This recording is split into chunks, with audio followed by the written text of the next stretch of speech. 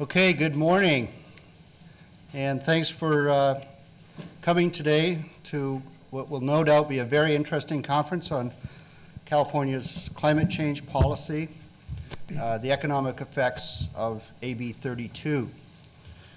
My name is Colin Carter. I'm a professor at UC Davis and currently am director of the University of California Giannini Foundation of Agricultural Economics.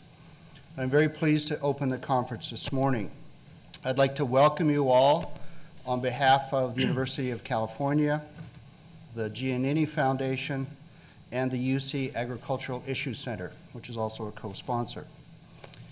I'd like to begin by thanking Steve and Rich Sexton for suggesting the topic for this conference. It was a great idea. They've done a tremendous amount of work pulling together a very impressive set of speakers. Dan Sumner has also helped with the organization, as have David Zilberman and Gordon Rausser from UC Berkeley. And finally, we couldn't pull off events like this without the help of Julie McNamara and Jonathan Barker. Thank you so much for all your help. My comments will be brief because we have an exciting set of speakers. Rich and the other organizers today have brought together some of the nation's leading economists, analysts, and executives from academia and state government and the industry to come and discuss the impacts of climate change and AB 32 on the California economy and the environment. Some of you have asked me a little bit about the Giannini Foundation. I'll just take a few minutes. A.P. Giannini was an Italian-American who founded the Bank of America. He made his first fortune by the time he was 30 years old in the fresh produce business. So his heart was close to agriculture. He was working out of the San Jose area, and then he founded the Bank of Italy in 1904 as sort of his second career, which eventually became the Bank of America after he purchased that bank. He was a very interesting character, and for many years he wasn't that interested in his salary and actually got by with very little salary. But one year the board of directors announced a bonus of $1.5 million for him, and he just turned around and gave that to the University of California in 1928 and established the Giannini Foundation of Agricultural Economics. Today we have over 75 members and associate members at UC Berkeley, Davis, and Riverside. The mission of the foundation is to produce and disseminate research that is focused on the economics of California agriculture, broadly defined. And clearly today, climate change is a major issue facing California and California agriculture. California's AB 32 has really caught the attention of the world. California is out front of the national and international debate on the climate change issue. Today we have our leading experts on this topic to discuss the evidence on both sides of the issues surrounding AB 32. There remains a huge difference of opinion regarding the economics of climate change, regulation, and we are all looking forward today to an informed debate concerning alternative policy approaches to addressing the greenhouse gas emissions issue. A couple of housekeeping items. We welcome your questions, but please hold them until the end of each session. And I will introduce the moderator for our first session, Professor Gordon Rausser. Professor Rausser is a Robert Gordon Sproul Distinguished Professor and former Dean of the College of Natural Resources at UC Berkeley. Currently, Gordon is the editor of the Annual Review of Resource Economics, and he is being elected a fellow of a number of prestigious professional and academic associations. He was a senior economist on the President's Council of Economic Advisors and at one time served as chief economist of USAID in Washington, D.C. Gordon was a co-founder of the Law and Economics Consulting Group, and he's a frequent commentator on national radio and television, a very active advisor on policy issues related to business and political leaders in many parts of the world. Gordon? Okay. Thank you. We'll begin straight away. We're very fortunate to have the intellectual capital that we have on this panel. If you look across the country and ask yourself who are making the major contributions in environmental and natural resource economics, we have three of the intellectual leaders on this panel, so we're very fortunate.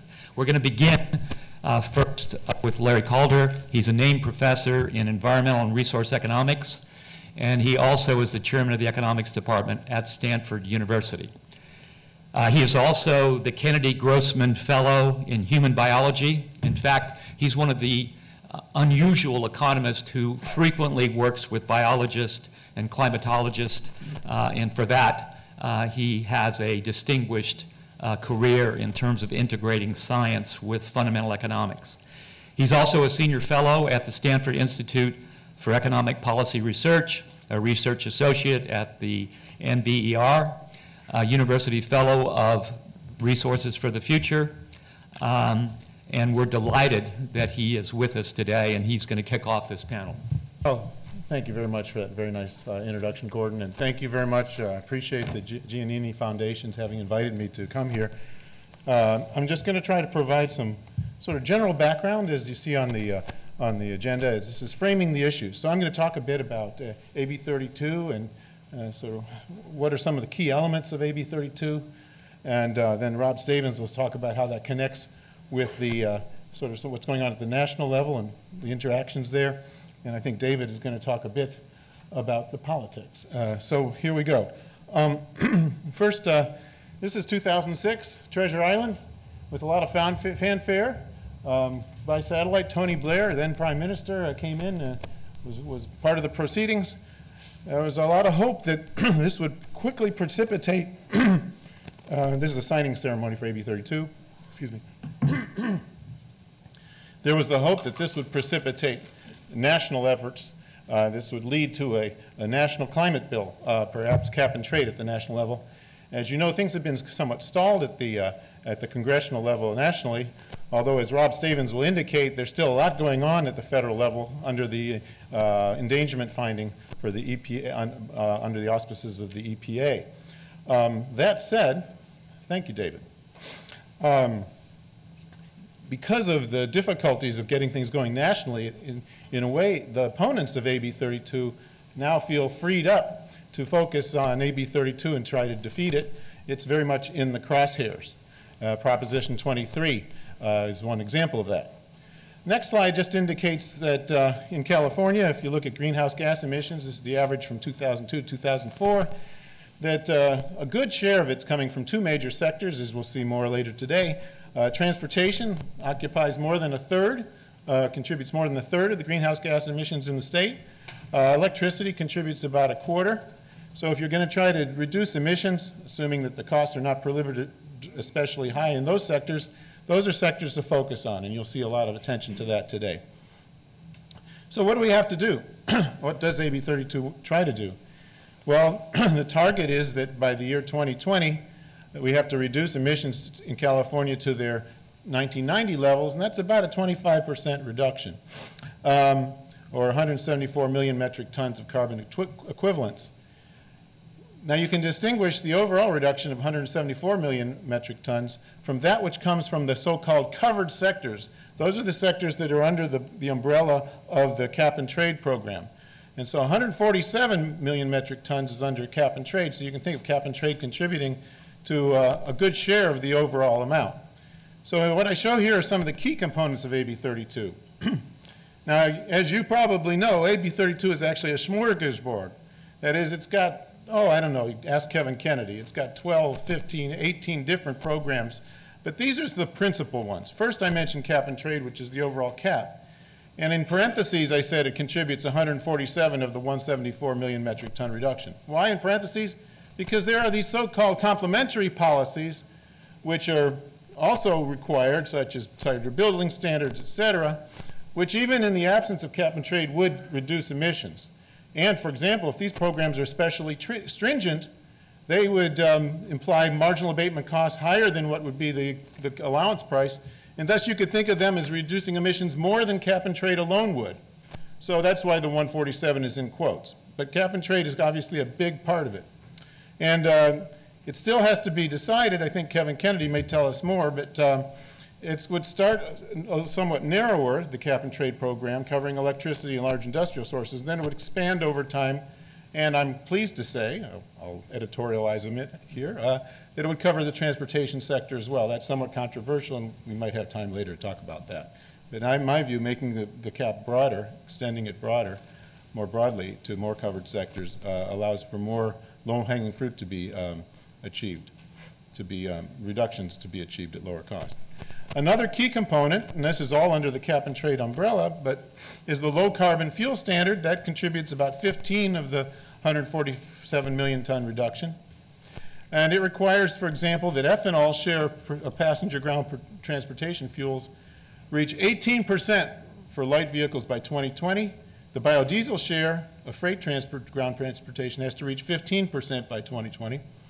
And then there's also the renewable portfolio standard, which is a big contributor. It's contributing about 21 million metric tons. And by the way, this was just recently by the Air Resources Board put forth. The California legislature did not actually go promulgate this. It requires that renewable fuels represent 33% of power plant fuel input by 2020. We've already got a 20% renewable portfolio standard in place. It was just 10 days ago that the Air Resources Board, through Mary Nichols, enacted this, or declared this. Now, turns out that although Prop 23 would kill effectively AB 32, postpone it, as you know, until the unemployment rate is 5.5% or less for 4 successive quarters. It's only happened 3 times in the last 30 years. It wouldn't actually neutralize everything which is discussed in the context of AB 32, because there are several measures that, because of separate legislation, would remain. And I'll just show these. I won't have time to discuss them. There's the Pavley 2 greenhouse gas emission standards for cars and light trucks. And there's some uncertainty here, but you could argue that it would reduce emissions by about 15 million metric tons, so it's a significant share of the 147. There's the solar roof initiatives, solar rooftop panel, which could reduce 2 million metric tons. There's building and appliance energy efficiency requirements of 22 million metric tons. There are declared land use policies to promote lower vehicle miles traveled, that is people commuting less, spending less time on the road. I put a question mark there because the actual specifics here have not been indicated. It's not clear how much actual reductions one would get. Maybe my friend Chris Knittel is going to say something about that later today. I don't know. So these together, these things that would continue probably would save about 30% of the 147 million metric ton reduction that AB 32 asks for. So about 70% is really at stake here. And that's a lot. But not everything would be scuttled. Just the cap and trade component, there's a declining cap through time. Offsets are allowed, so what this graph shows is that up to about 49–50% of the reductions can come through offsets. There's no there's no geographical restriction on offsets, and a lot of the details have to be worked out yet. But there is a quantitative restriction, and that is no more than about 49% can be achieved through offsets. Also, Chris Knittel and I were on the Economic and Allocation Advisory Committee to the Air Resources Board to advise on, among other things, the design of the cap and trade component. We argued for 100% auctioning. Looks like it's not going to happen. At least in the short term, nearly all of the allowances are going to be allocated free. And then in order to try to protect the trade vulnerable sectors, there'd be so-called output-based free allocation to these industries. Now, there's questions about whether AB 32 and some of these measures to protect the trade vulnerable industries, whether they are at odds with the Interstate Commerce Clause. It's still a matter of debate. This from the San Francisco Chronicle early in September indicates that 4 states now plan to sue California if Prop 23 does not pass and AB 32 is sustained on the grounds that AB 32 would violate the Commerce Clause. The lawyers have different views on this issue. Finally, the allowance value in 2020 would be $7 to $21 billion.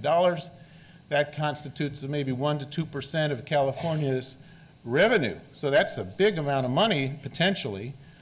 It should be emphasized, I cannot say this enough, that this allowance value is not the cost of the California economy. The cost of the California economy could be some very minute fraction of the allowance value, because the allowance value is what stays in the economy by and large.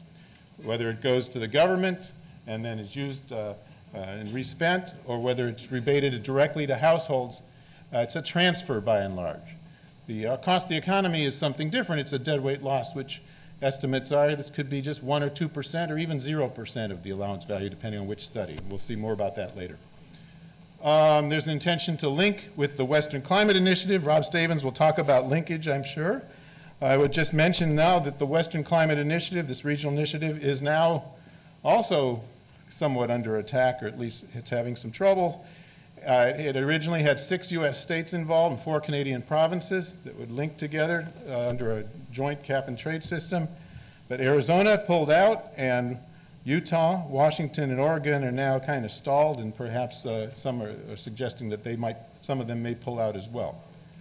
I'm not going to say a lot about economic impacts because that's later on the program, but what I do want to show you is something which Chris Knittel and I and 13 others on the Economic and Allocation Advisory Committee did. We advised, worked with the Air Resources Board on their economic analysis. The Air Resources Board, ARB, employed 2 models. In addition, I think it was a very good move on their part. They looked closely at another model, the CRA International model, which we'll hear more about later on today. And these 2 models employ very different assumptions. And yet my bottom line point is that if you look at the results that are bookended by both of these 2 models, the ARB model being somewhat more optimistic in its assumptions, the CRA International model being more pessimistic, that is implying higher costs, take the whole range of costs, it's really not a whole lot, even between the 2 models. And I just talked with David Rowland Holtz this morning about the Bear model, and his results sort of come up in between as well, that is, are straddled by these other models' results. And so what are the results? The gross state product affects, the percentage changed from 0.2 to 1.4%. For CRA International, it's between 1.4 and 2.2% relative to what would otherwise be the case. So at maximum, the worst case scenario from the CRA model is 2.2%. You can decide whether you think that's a big effect. Income gain or loss per household is shown here, and also the jobs gained or lost. Now that's a big issue in discussion of Prop 23. The ARB's results suggest it could be anywhere from a very, very small overall job gain, that is the net gain in jobs, versus relatively small, about 1.3% loss of jobs. What if we look at this in terms of growth rates from here to 2020? Well, again, the CRA, CRA International, it's no secret that their clientele tends to be the business community. They employ some more pessimistic assumptions in their analysis. And yet their own analysis suggests that if we introduced AB 32, the growth rate in California for gross state product from now to 2020, instead of being 2.4%, would be 2.3%. So that suggests to me that it's not a huge impact. And the impacts are smaller under ARB's analysis. I probably should mention one other study that's gotten a huge amount of attention. I won't have a lot to say about it. It's the study by Varshney and Associates, which suggested that there were much bigger impacts. I would call your attention to a piece written by my colleague Jim Sweeney from Stanford about the Varshney study. It is just not methodologically sound. I stand by that statement.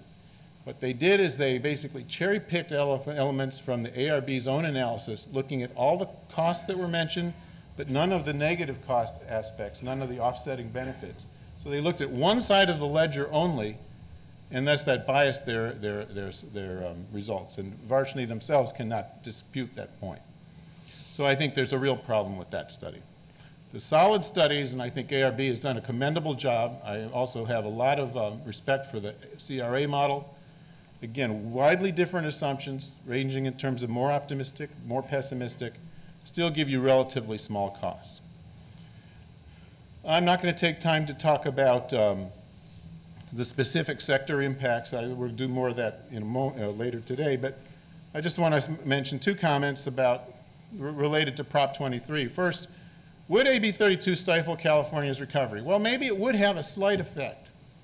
But you notice that the impacts in 2020 are already small, and the short-term impacts would be even smaller because AB 32 ramps up.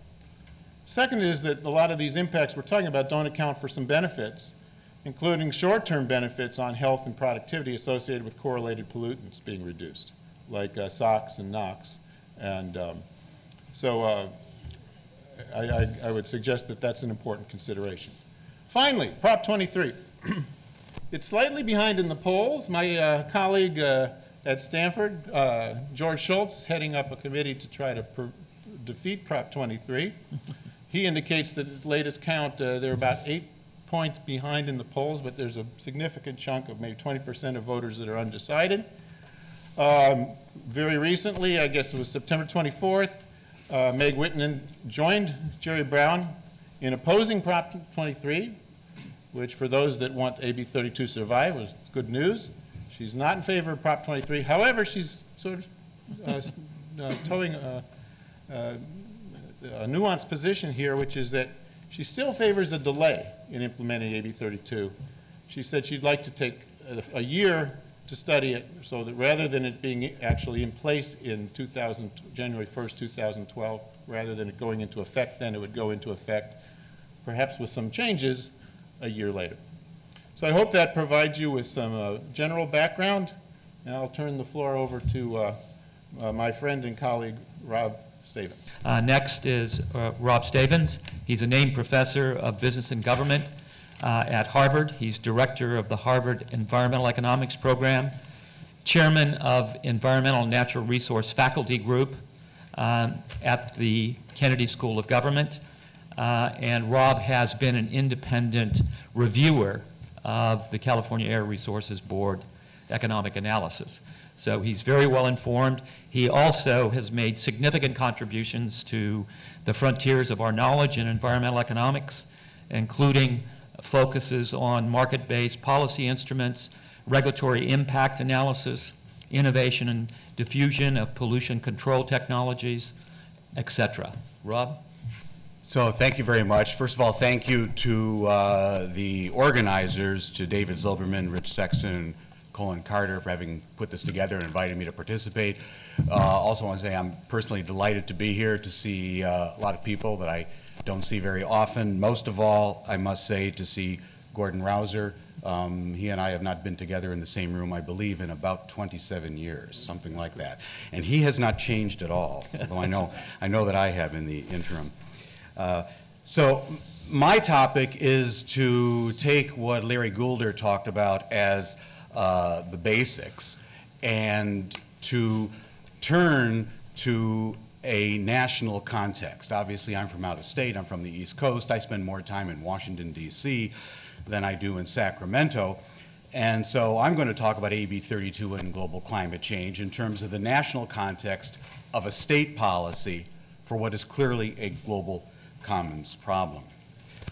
Now, why talk about the national context for a state policy in the first place? Well, there's a simple reason, and it comes from the science as well as the consequent economics, namely that climate change is a global commons problem. The greenhouse gases uniformly mix in the atmosphere. It doesn't matter where they came from, they will have the same effect on, in terms of damages. That doesn't mean the damages are everywhere the same, of course not, but it doesn't matter where the emissions came from. What that means then is that any individual jurisdiction taking action, whether it's a nation, it's a state, or a city, will incur the costs of taking action, but the benefits, the averted damages, the averted climate change, is going to be distributed globally. And hence, for virtually any jurisdiction that were to take action unilaterally, the benefits it reaps from its actions are going to be less than the costs it incurs, despite the fact that it could well be the case that the overall benefits of everyone taking action exceed the costs of everyone taking action, possibly by a large amount. Well, that's what a free rider problem is, a situation like that, which is why one would want the highest levels of effective government to be involved. And in the world in which we live, that means the sovereign states, plus in the case of Europe, the European Union, so the nations. And it's also why international, if not fully global, cooperation is absolutely essential, which is something I spend a lot of time working on. But I'm going to leave it to David Victor to talk about that very important international context. And instead, I'm going to focus exclusively on this national context.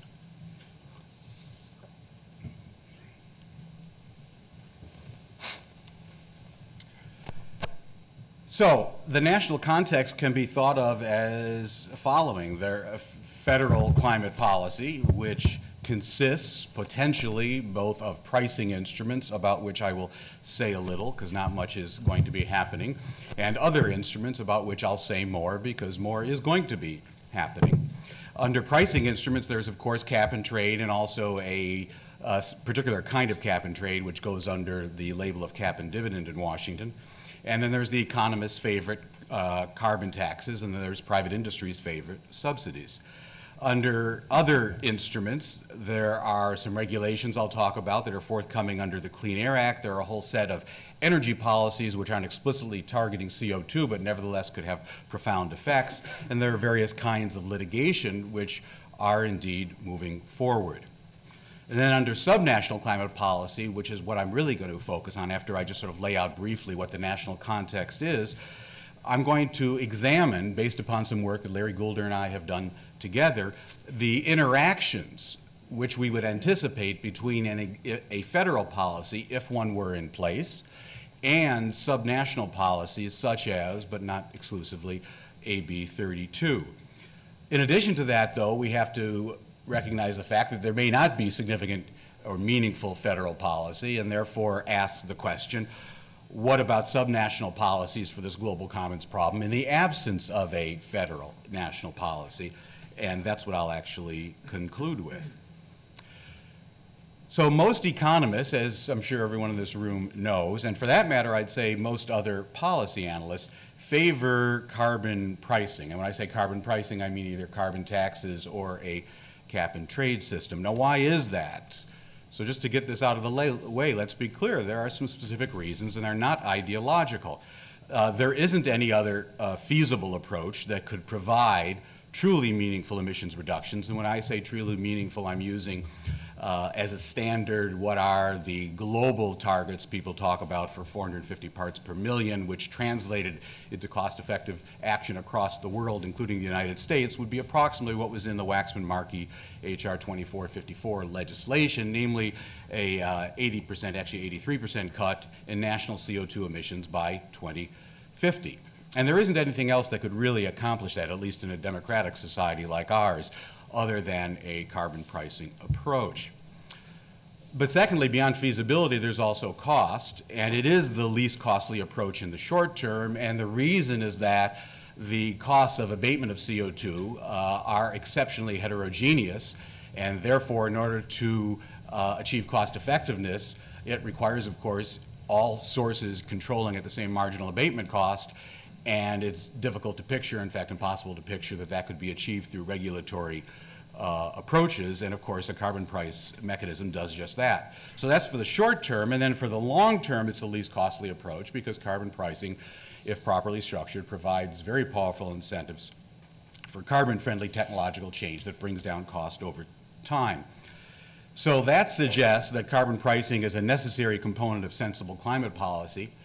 No economist, however, at least economists that I tend to talk with regularly, would suggest that it is a sufficient component of sensible climate policy, and that's principally because there are some other important market failures at work, and I'm going to comment on those, but in the context of a role for state policy. Carbon pricing, however, is very much a hot-button political issue, particularly in Washington, as you know. Why is that? Well, one reason from an obvious political economy perspective is that carbon pricing makes the cost transparent, unlike conventional policy instruments, so-called command and control, performance and technology standards, which do a splendid job of hiding the costs. Also, carbon pricing policy is easily associated with the T word. Indeed, as you may know, in Washington, cap and trade has been successfully demonized as cap and tax. And even though I bridled every time I heard opponents of climate policy in Washington use that phrase, well, they are correct, that a well-designed upstream cap and trade program is functioning just like an upstream carbon tax. There's very little difference in terms of impacts. It all depends upon the specific design of the two. So for those reasons, it certainly appears now that a meaningful national economy-wide carbon pricing policy, most likely cap and trade, is very unlikely to be enacted before 2013. That is, the next Congress to be voted in November, we think, is going to be less receptive to carbon pricing policy, and so it would take the next election to potentially move things back in the other direction. I say potentially, which is why I say it's unlikely before 2013. I'm certainly not predicting that it would happen in 2013. Well, does that mean that there will be no federal climate policy? And here the answer is decisively no. There already is federal climate policy, and there is going to be more unless someone stops it. There are other federal regulations that are either already in place or are very much on the way. So there is what Larry referred to, the U.S. Supreme Court decision in Massachusetts v. EPA, the endangerment finding by the Obama administration, namely saying that CO2 and other greenhouse gases endanger public health and welfare, thereby under the Clean Air Act, EPA is mandated to begin to regulate those pollutants, essentially as criteria pollutants, if you know what those are under the Clean Air Act. So mobile source standards started in March, and on January 2nd, there will be stationary source standards will be put in place, with or without the so-called tailoring rule, which is an attempt by EPA to exempt smaller sources, which may be invalidated by the courts. We still don't know that.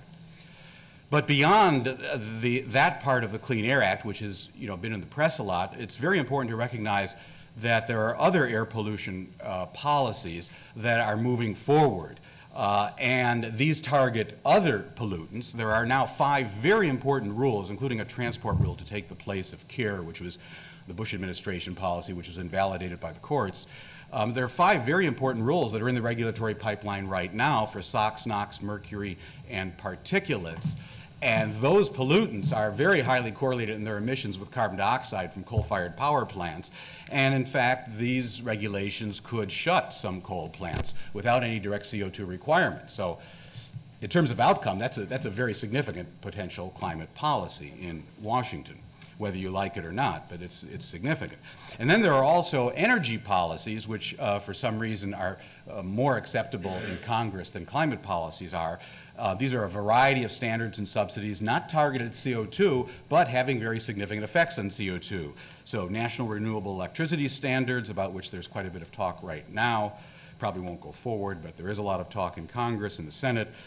Federal financing of clean energy projects, which is always popular because, of course, politicians prefer to give out benefits than costs. And then energy efficiency measures, which people seem to think are costless. So those are all regulations that are either in place or maybe forthcoming. Beyond regulations, beyond legislative movement and administrative, there's also the judicial sphere that's quite important. There is public nuisance litigation under basic common law. These are lawsuits that are pursuing either injunctive relief or actually damages. And these are very much in flux because 2 parallel appellate court rulings now are mutually inconsistent, so we have to see how that's going to come out. And then there are other interventions which can be profoundly important to block permits particularly for new fossil energy investments, whether it's power plants or transmission lines. Now, some of these will be simply NIMBY movements of no one wanting it in their own neighborhood, but some of it could be strategic by various interest groups. However, with the delay in the Congress that's apparent on carbon pricing, attention is increasingly turning to the states, which is why obviously we're gathered here today to talk about subnational climate policies. And these continue to emerge regionally at the state level and locally. There's the Regional Greenhouse Gas Initiative in 10 northeastern states in my part of the country. That's a narrowly defined program and not very ambitious, and it only focuses on electricity generation. There is, of course, the Global Warming Solutions Act of California, AB 32. There's the Western Climate Initiative, which, depending on political developments in the states and provinces, could be or could not be significant. And in fact, if you count up, there are more than half of the 50 states are contemplating, developing, or implementing climate policies now of one kind or another. The question then I'm going to address with you is, in the presence of federal policy of the kinds that I've talked about, will these state efforts achieve their objectives? Or will they be cost effective? The answer, not surprising perhaps, is that it depends.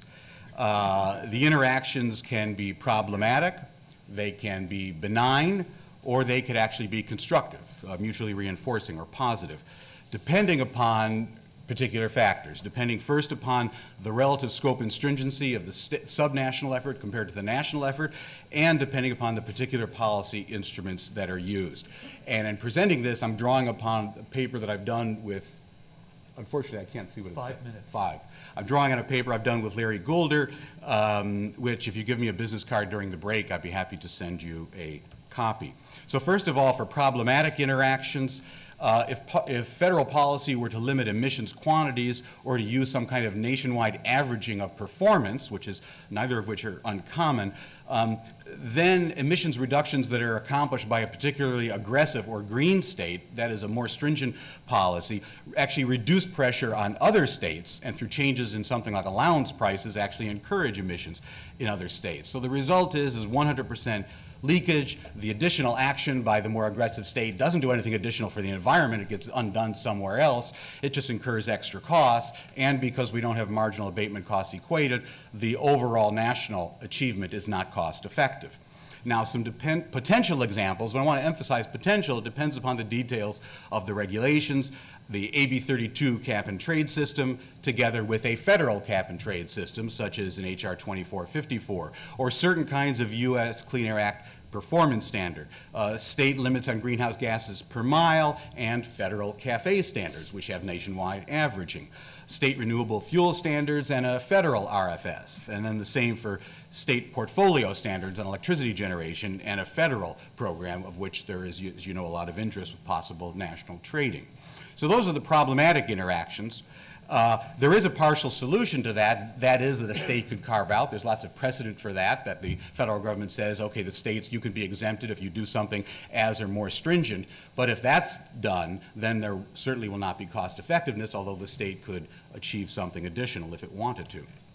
There are also what I would call benign interactions. One example is RGGI. Here's a state policy that's less stringent than what we would assume would be the federal policy, and the result is that the state policy becomes non-binding and largely irrelevant. Another example, though, an interesting one, is that if a federal policy were to set a price, not a quantity, that could be a carbon tax. That's probably not politically of interest to you, but it could also be a binding safety valve or price collar in a cap and trade system, which is quite politically relevant in the future.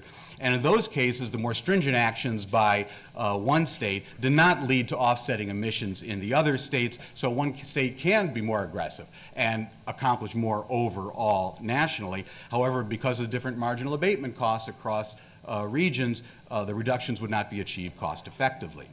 Now, let me say something about positive interactions. There are 3 possible cases that we've looked at. I think the most compelling one is this first one, and that is that there, as I said, there are other market failures that are not addressed by carbon pricing. One of the examples that's frequently talked about, it's not the only one, is the principal agent problem.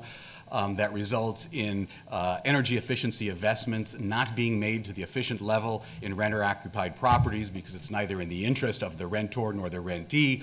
That's something that's best addressed probably with state or local zoning or building codes, not at the federal level. So that's something in which you could have a positive interaction. It could be additional to and cumulative. The argument's also made that states can be laboratories for policy design. That is, they could provide useful information for the development of federal policy. An important question, however, is whether or not the state's authorities will really allow their laboratories to be closed down after the experiment's been completed, the information delivered, and the federal government has taken over.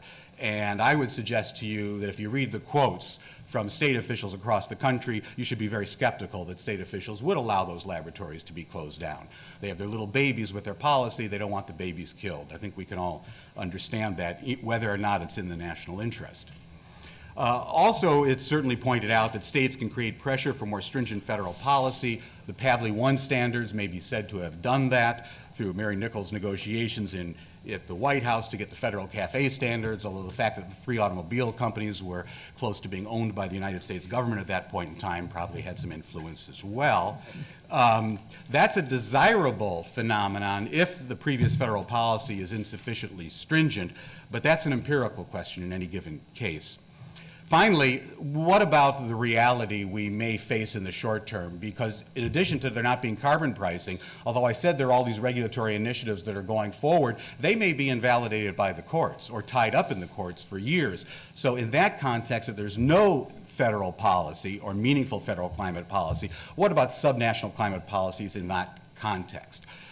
And the reality is that in that context, in the absence of federal action, these subnational policies could become the core of national action. And there are still problems with that. There are legal obstacles. The federal government could simply preempt them. They're not national in scope. If you want to see a picture of where they would be, get your favorite map of red states and blue states. The blue states are where there are going to be climate policies, the West Coast and New England.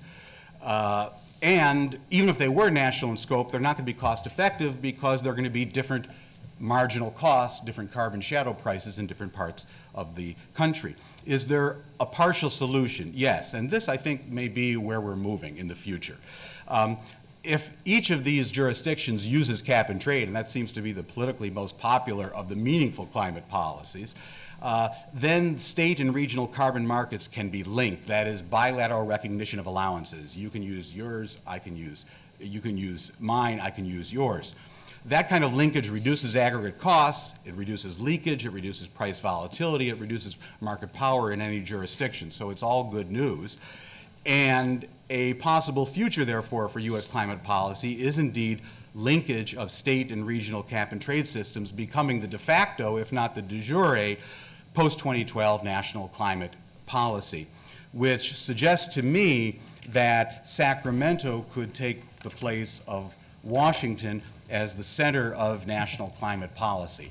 That's something that will make some people in this room extremely happy, and it's something that will scare the living daylights out of others in this room. Next, we have David Victor. He's a professor at UC San Diego, the School of International Relations and Pacific Studies. He's also director of the Laboratory in International Law and Regulation. Now, in the short bios that were included with the program, a number of books are referenced. Actually, the book that I have read and am very impressed with is not listed, and that's his book in 2006, Cambridge University Press, Natural Gas and Geopolitics, which is very informative. David? Gordon, thank you very much, and thank you to the organizers, especially David Zilberman, who sent me the invitation. I'm just delighted to be here. Let me, before I begin, confess 2 sins. One of them is that this is a seminar on the economics of AB 32, and I am not an economist. And the other one is that I have no PowerPoint presentations. I thought I would just talk, and so I stand before you naked, no PowerPoint, and hopefully you will be able to follow along. I think it's important when we have a discussion about the economics of AB 32 and the political strategy around it that we think about what the grand strategy is. What is it that we're trying to achieve here? Because the economics and the design of the policy follow from that goal. And I think that's especially important for us to have in mind today with AB 32, both reaching maturity in terms of its design and implementation, and also facing an array of new threats. Not just Prop 23, but also potentially what happens in the elections this November in terms of officials who are elected, the courts, gridlock in Washington, and on and on and on. So I'd like to make today 4 comments. I'd like to say 4 things about this strategy. And perhaps here it is helpful to be a political scientist, because I think this strategy is 90% politics and political theory and 10% economics. Economics is incredibly important. And once you have a political strategy in place, you want to design the scheme economically to be as smart as possible, but I think the driving force here is a political theory. The theory, I think, is familiar to all of us in the room here, which is trying to lay down a series of rules and expectations to raise the odds of federal action. And that cause and effect relationship, our theory here, is based on at least 4 elements. The idea that what happens in California will raise awareness in helpful ways. Sometimes things happen in California that raise awareness in unhelpful ways. You can imagine a lot of examples. Hopefully this will be a helpful example. It will show that the costs are tolerable. The California economy will not stop, and that will be helpful for people who are trying to build momentum in the rest of the country. It'll sow chaos, regulatory chaos. My own view is that's incredibly important. That's one way to think about what's going on here is you have a game of chicken. And the way you win the game of chicken is you take where the 2 cars are driving at each other head on in a dry lake bed, and the way you win that game, and the loser in the game is the one who steers away first, the way you win the game is you take the steering wheel off and you throw it out the window. And one way to think about what's going on in a lot of the state actions is that states are laying down rules that are hard to change because they want to create a measure of chaos which will raise the benefits of federal action. And then there may be local benefits like green jobs and so on. My own view is the first of these 3 arguments is much more important than the 4th, much more based in reality. But these kinds of arguments are at play here. And the logic is not just federal, but it's also ultimately international. What makes AB 32 so useful in this? In my view, the single most important thing is it's a combination of visible goals with a game plan for actually meeting the goals. In climate politics, there is no shortage of politicians saying things they want to do. If you rewind the tape of history back to the late 1980s and look internationally, for example, there was a big conference in Toronto where a bunch of governments and other folks got together and they laid out the goal of cutting greenhouse gas emissions 20% below 1988 levels by the year 2005. And everybody, except for the Russians, blew through that target. And you see the same thing today in the aftermath of the Copenhagen Accord, where you have all these pledges being made by governments that, first of all, don't add up to anything like really stopping climate change, but secondly, and more importantly, they don't have much, in most cases, real relationship to what real adults can do in real political systems. And I think that's what's so important about AB 32 in the California context, in this political theory, in this idea of what we're trying to do politically. Because this is a global problem, the pressure to roll back something like AB 32 grows as you lose confidence that other jurisdictions are going to do something. And the internal logic of that, I think, is easy to understand. But the importance of holding forth on something like AB 32 actually rises in that kind of a setting. And so ironically, I think the political logic here and the economic logic or the strategic logic point in very, very different directions. The second of the 4 things I want to talk about is how good is our theory. We're all talking about this, regulatory competition and so on. Do we actually have evidence that this is true, that when jurisdictions such as California adopt these kinds of rules, that it can lead to leverage in the rest of the country and indeed in the rest of the world? My read of the literature is that it is generally supportive of this theory, but not a slam dunk.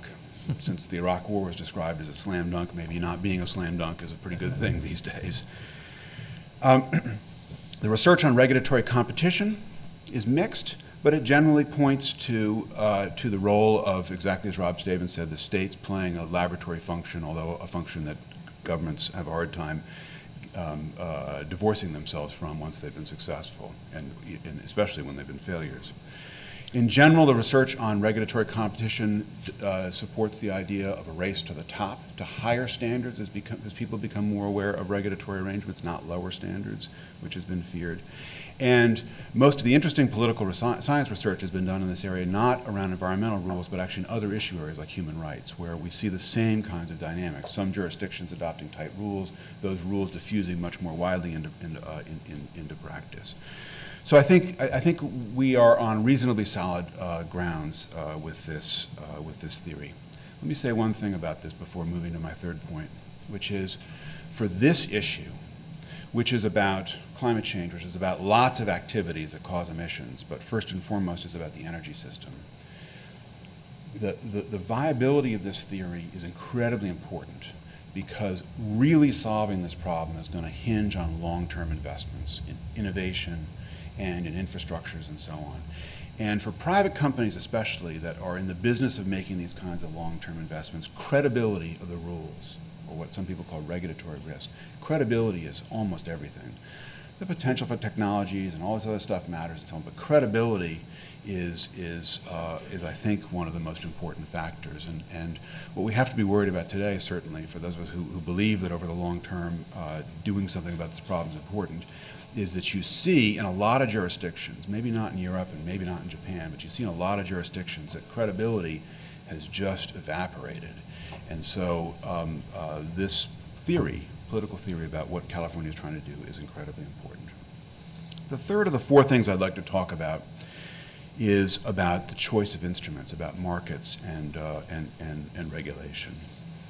So the flagship of AB 32, as Larry Goulder laid out so clearly, is a cap-and-trade system.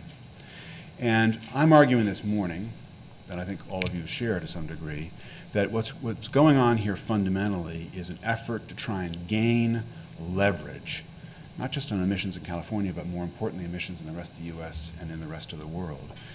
What we're trying to do is gain leverage. It doesn't tell us, this theory doesn't tell us which policy instrument governments are going to choose. It doesn't tell us whether they're going to choose traditional regulation or cap and trade or other market-oriented systems.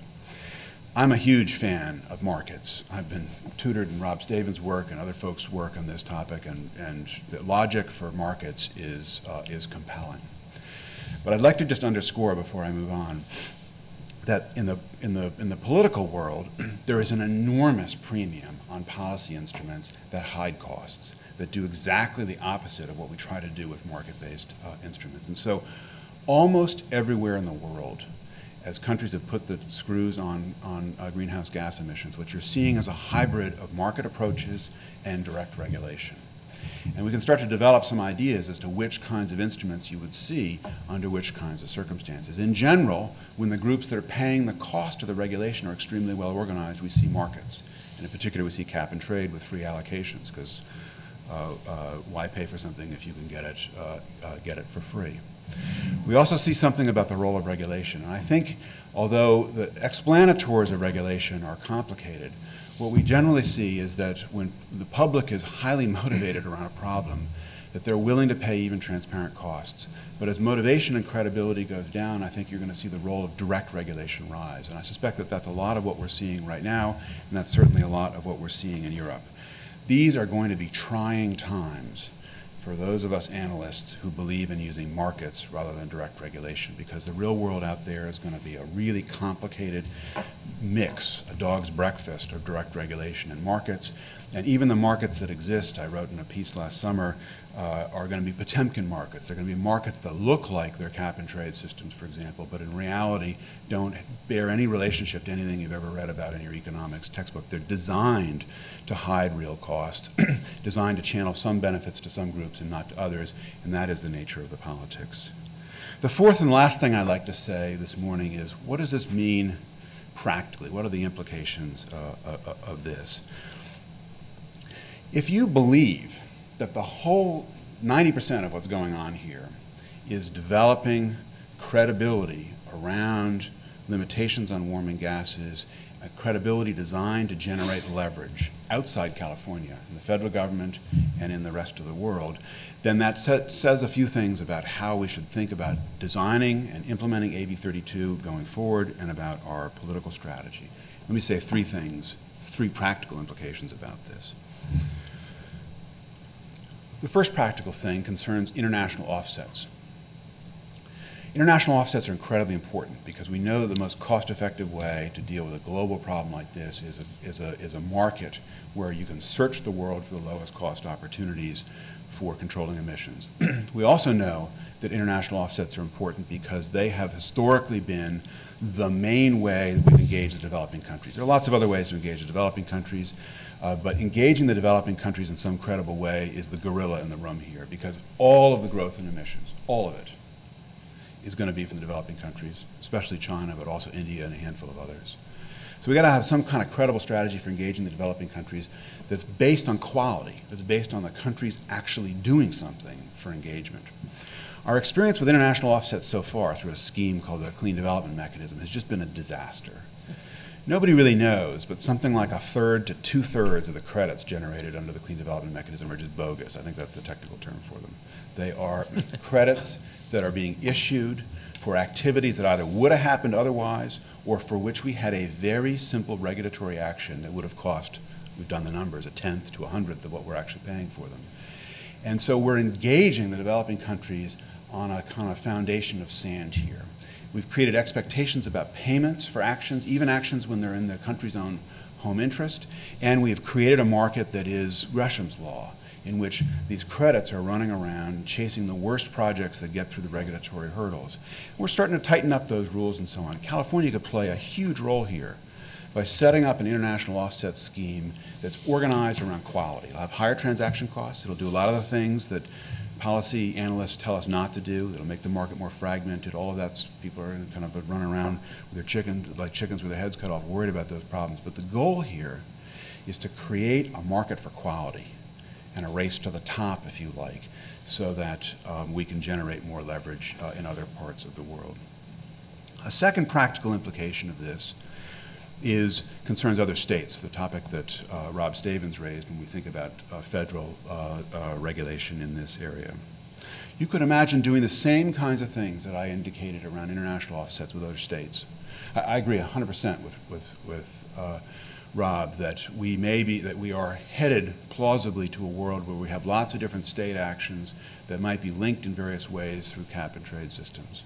We need to pay attention to those linkages really carefully, because if you link markets together that have radically different qualities and prices and so on, then you create a kind of Gresham's law again.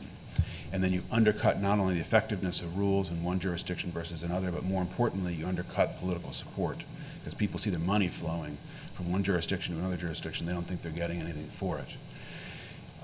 We have seen exactly the same thing in the REX markets. You know, in the ideal world, if what you really care about is renewable energy, then you ought to have nationwide REX markets, or all the jurisdictions that have renewable energy credits or could have renewable energy credits should just all be linked together in a seamless market. We don't see that in the world, because people are understandably, especially politicians at the state level, are understandably worried about where the benefits flow from these kinds of markets. We can, in California, again, to some degree, violating the good advice we get from our policy analysts about how to design efficient markets. We can design markets that connect different states so that we reward quality, and also so that we can make some of what happens in California contingent upon what happens in other states. Why does that matter? It matters in part because it helps take the wind out of the arguments, such as those that are behind Prop 23 right now, that this is creating a flight of jobs. And it matters because it changes the politics in other states. Because in another state, when you see a contingent commitment by California, for example, then the people who are going to organize politically to support regulation and cap and trade systems in other states are going to see a larger benefit from their own activities. Because when they organize successfully, what they do in their state is going to get magnified by extra actions in California. And that's how you solve. That's how you solve a lot of collective action problems. It's how we've solved over the years, in part, the difficult collective action problems around international trade. We can do the same thing in climate change by creating contingent commitments, if you like, and this linking that Rob Stavins introduced to us is a key part of that.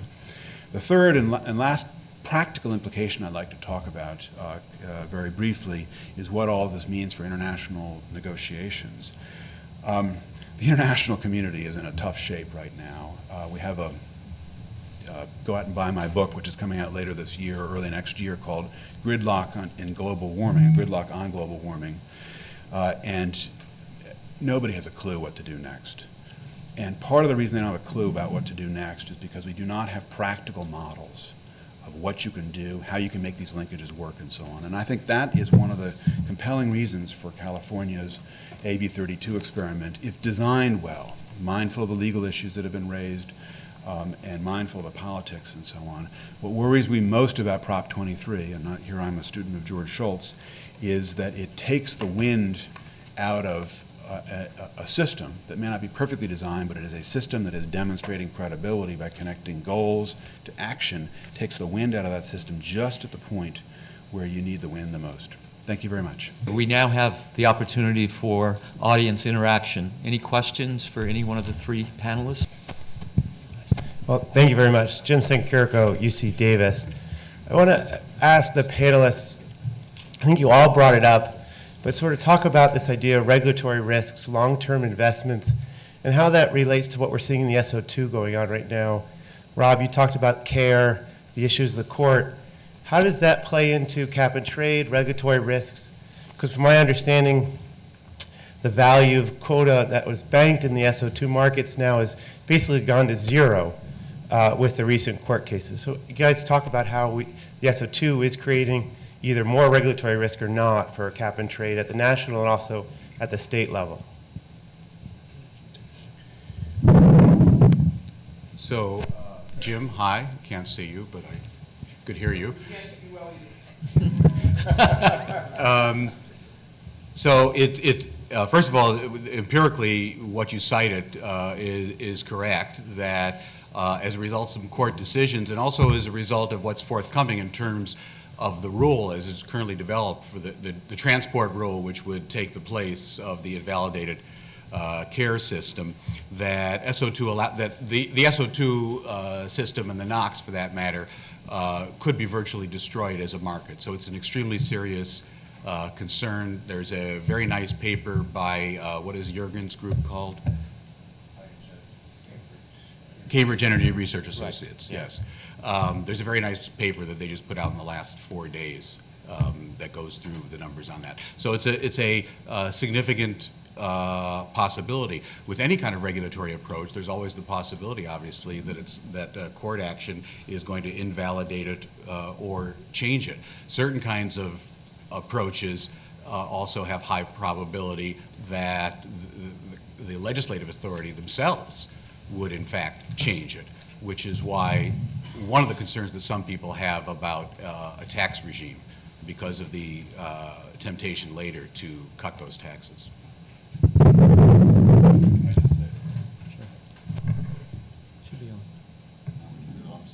No.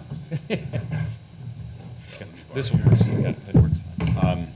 Let me just say, in addition to those risks, I mean, we have eliminated, now I'm in stereo, we have stereo to myself. We've eliminated this market potentially through regulatory action. And my sense from spending a lot of time with companies that are doing investment planning, especially around coal, is that in addition to these risks, the particulate and mercury, and I would say especially the possibilities around NOx, SCR rules, direct regulations around SCR, create just huge uncertainties around coal. And the thing to watch right now, of course, is whether just all those plants move to gas, initially through dispatch and then through repowering in one form or another. I do worry the gas industry is a kind of manic depressive industry. It goes up to highs and then goes down to lows and so on, whereas the power industry is a little more steady over time. And I do worry we're setting ourselves up for a big shift to natural gas again with unknown consequences. You have to have an awful lot of faith in the shale gas supply to see that future unfold nicely. Can I, may I add something to that? Is that although there are very different perspectives on climate policy from different electricity generators, both within California and across the country, all of them, including those, the so-called clean energy group, based mainly with Exelon in the Midwest, that highly reliant upon natural gas and nuclear power, and those like Duke Energy and others that are highly reliant upon coal.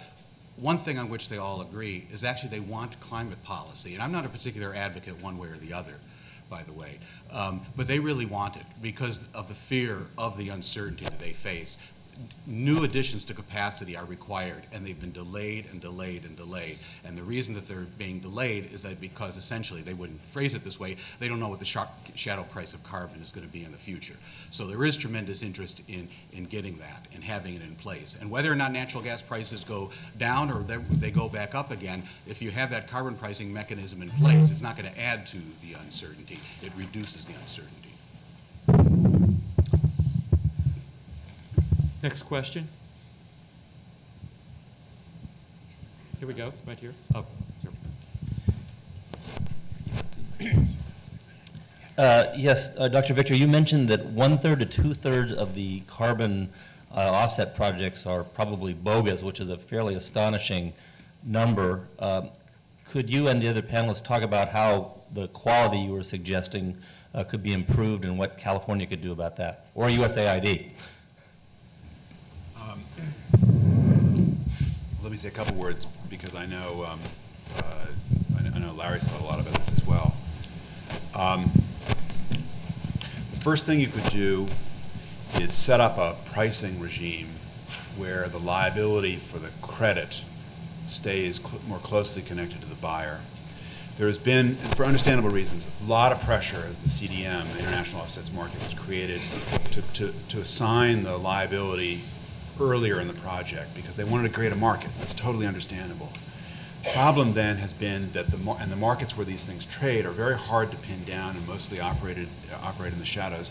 It's been very hard to actually measure quality and to track quality in these markets. And so we are kind of flying blind. So that's the first thing that I would do.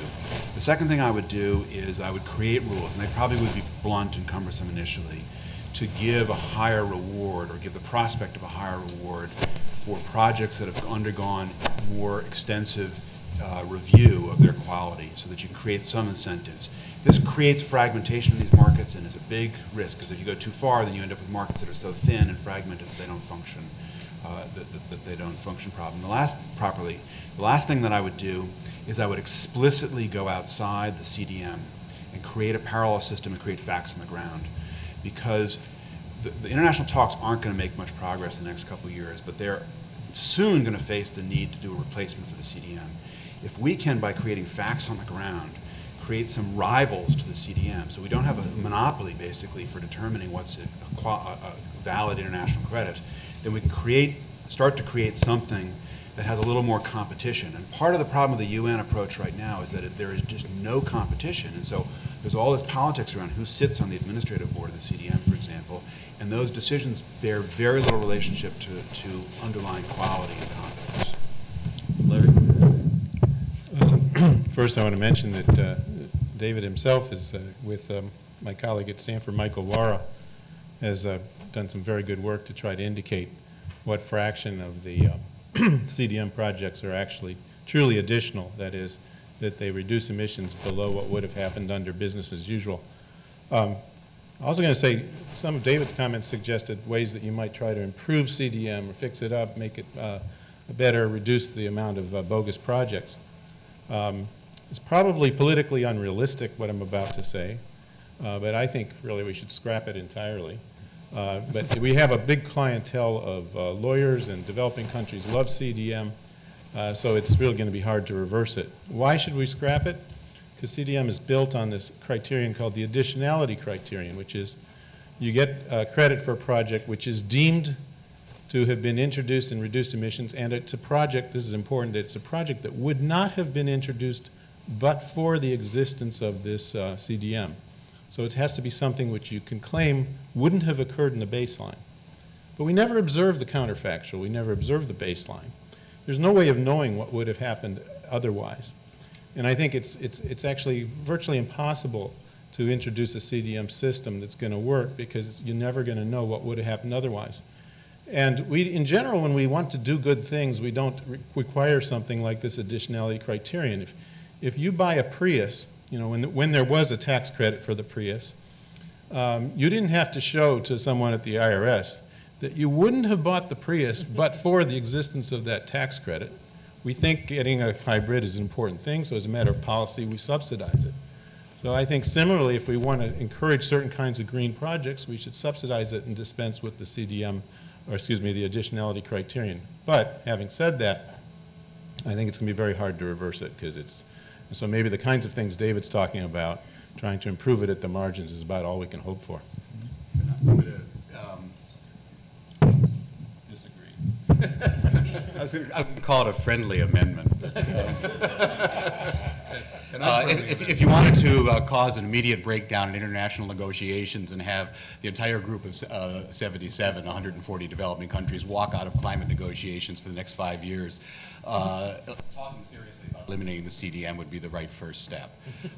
So for that reason alone, I would say it's important to reform it, although every economist, including myself, from the beginning, from before Kyoto, said the structure of the CDM, because it's not a cap and trade system, in case any of you think it is not. It is an emission reduction credit system. They're completely different, hence the additionality problem. We always said it was never going to make a significant contribution to emissions reductions, and it's correct. But there's a reason, in my opinion, to keep it in place, which is simply the politics. So therefore, to try to reform it. There are a variety of ways to reform it. Changing the liability regime is one step in the right direction, but in general, to make the criteria more stringent. What's interesting, however, is that you don't want to make the criteria so stringent that you get 100% additionality, because if you do, you don't have any projects. So it's like the optimal degree of law enforcement. It holds here too. You don't want to have the filter be too opaque. So there's some degree, and this is a role. I've been saying it to ARB as long as I've been coming out here to Sacramento. This is a very important role for California to play, because this is going to be the model, and it could really be the model for the best criteria for offsets, both domestically and internationally, that California sets up. I want to leave time for Q&A, but I cannot resist saying, I think there are alternative ways, I'll just say it, I won't get into it, of making it attractive to developing countries to partake in an international carbon cap and trade system through generous allocations that would not suffer the additionality problem. The prize that we should be working towards is including developing countries in meaningful ways in international cooperations, such as through a cap and trade system. But that means taking on targets. At this point in time, if you give the allowances for free, they don't want to do it. We have a question down here in the front row. Do you still have the question? If you don't have the question, we can continue on this. Yeah, that's right. I can't pass. I'm Dorothy Rothrock with the California Manufacturers. And I'm just wondering, we're talking about the role of California in setting national, international, or maybe other state policies. How long do we go, or what kind of indicators do you look at in the next few years as we're waiting for others to either step up or not? And what indicators do you look at to see if maybe now it's time that we slow down, or now it's time that we take a different approach, depending on how those others are reacting? Or is it so important that we just put the blinders on and keep driving forward sort of indefinitely, whether anybody's following or not? One point of clarification, when you said others, which others are you referring to? Anyone you want to point to. Okay, fair enough. All right, you got it? Well, I'll start off. You know, I think it would be senseless for California to introduce any climate policy if you didn't have the hope that in doing so, you're somehow hastening the arrival of a broader policy, either at the national or hopefully international level. You know, as Rob Stavins indicated at the beginning of his remarks, the benefits from California taking action alone are going to be spread along for the whole world, whereas California would only enjoy a small fraction of that, whereas it would suffer all of its costs. So what people who favor AB 32 are doing is they're banking on the idea that by taking this action, somehow you're speeding up the arrival of regional, national, or ultimately international policy. By the way, the same issue applies for the U.S. taking action. Unless we feel that somehow that speeds up, endogenizes the arrival of a truly international policy, it doesn't make sense, at least on benefit-cost grounds. So to get to your question, how far do we go forward? Well, I think it becomes a political issue. If as long as we can count on there being some kind of reaction at a broader level, that the laboratory in California provides some good input that shows that this isn't going to kill the economy, that it can be done, and it makes it more plausible politically elsewhere, then I think it makes sense. If there comes a point where, in fact, it looks like that's not going to happen, then it's going to be hard to take further steps. How will we know, though?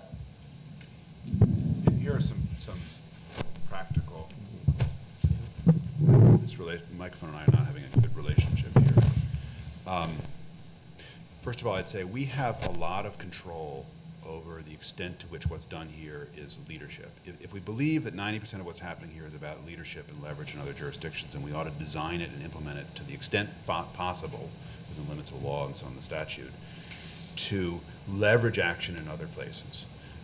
And we have some control over that through the rules we adopt about offsets, through the linkage we have to other trading systems in other states, through other actions like that. And in some sense, what we're trying to do is get maximum leverage with minimum cost to California itself. So what are some indicators? Well, if we design an international offset scheme along the lines that we were discussing and agreeing, I think, about, it would be the amount of trading with other countries through this offset scheme. I agree. From the very beginning, I thought this was an idiotic scheme, but it's there. It has to be kept in some form or another for credibility. But we could also set up some alternative models. So we could do a big deal, for example, with Chinese about deployment of advanced low-emission technologies and say we're going to get some credit for that as well. We would measure that. We would similarly track trading with other states, and we would use this as part of a strategy to measure leverage. And I think that's actually feasible and within our control.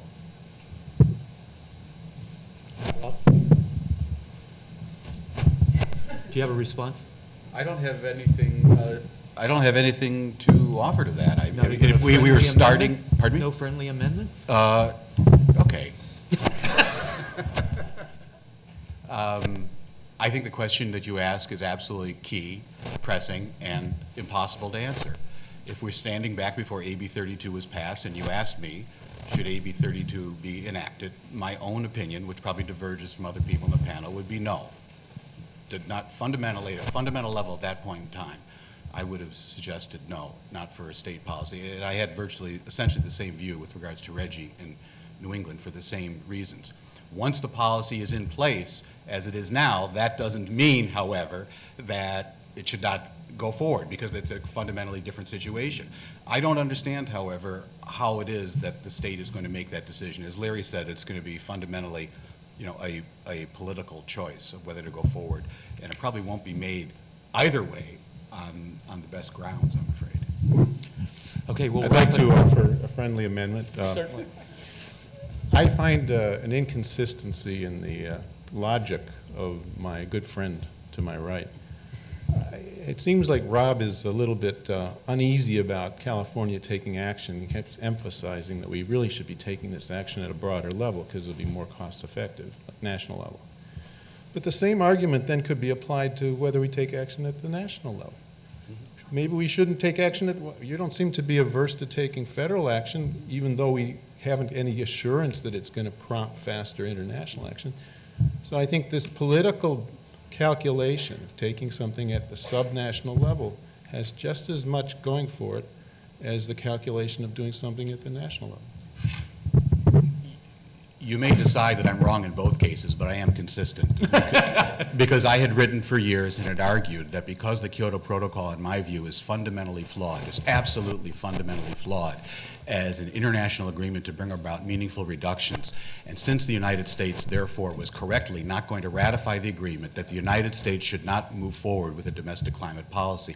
That was my view. Until it became clear that a promising track was to move forward in parallel with the U.S. deciding it was going to work for a new international arrangement, and in order to establish credibility to do that, at the same time, it had to move forward with domestic climate policy. So that's the reason. I don't see that applying here, but I'm not arguing. I don't have a position, let me say, on Proposition 23, outsider, none of my business. I'm not arguing that this shouldn't go forward. I was commenting on historically, you know, what my reaction was to that kind of policy at the state level, ex ante. Okay. And let me comment briefly. I don't know if it's an amendment, but the fundamental problem here is the strategic logic always points you, exactly as Rob said, to the global level, because it's a global problem. The benefits accrue globally, and the costs are moved around through investment and trade and so on. So you have to think globally, but it's very hard to get started in a global club. And so almost all of our evidence from the history of successful international cooperation points to the need to start with smaller groups where you can concentrate benefits and costs and manage them and so on. And so that points you to an actual response that's sometimes very far from the economic and strategic optimum and yet is practical. I think when you come back to California, not only does the same logic apply here, but if you believe the theory at work here is that California is trying to send a credible signal to the rest of the world that we're doing something and we're going to have all these leverage points if we design our system properly and so on, the way you're most credible in a political system is you tie your hands, and normally in American law you do that through statute. And if we do that in statutes we have right now, maybe rolled back through November, but if you do that in statute, then it's very hard to behave completely strategically along the lines that you've suggested, because you then need the same people who bound their hands to demonstrate credibility to change a statute. As a practical matter, I think what this means is one thing the ARB could do is start to lay out some indicators and criteria for how we know we're getting leverage, and then what that implies for how you would design or adjust the system. And I think that could actually be very helpful. Fine. We're going to have to conclude this session. The Giannini Foundation thanks all three of you. It's clear for those of you who've been listening that they represent much of the intellectual leadership on the topic that we're examining, and it's all friendly. Thank you.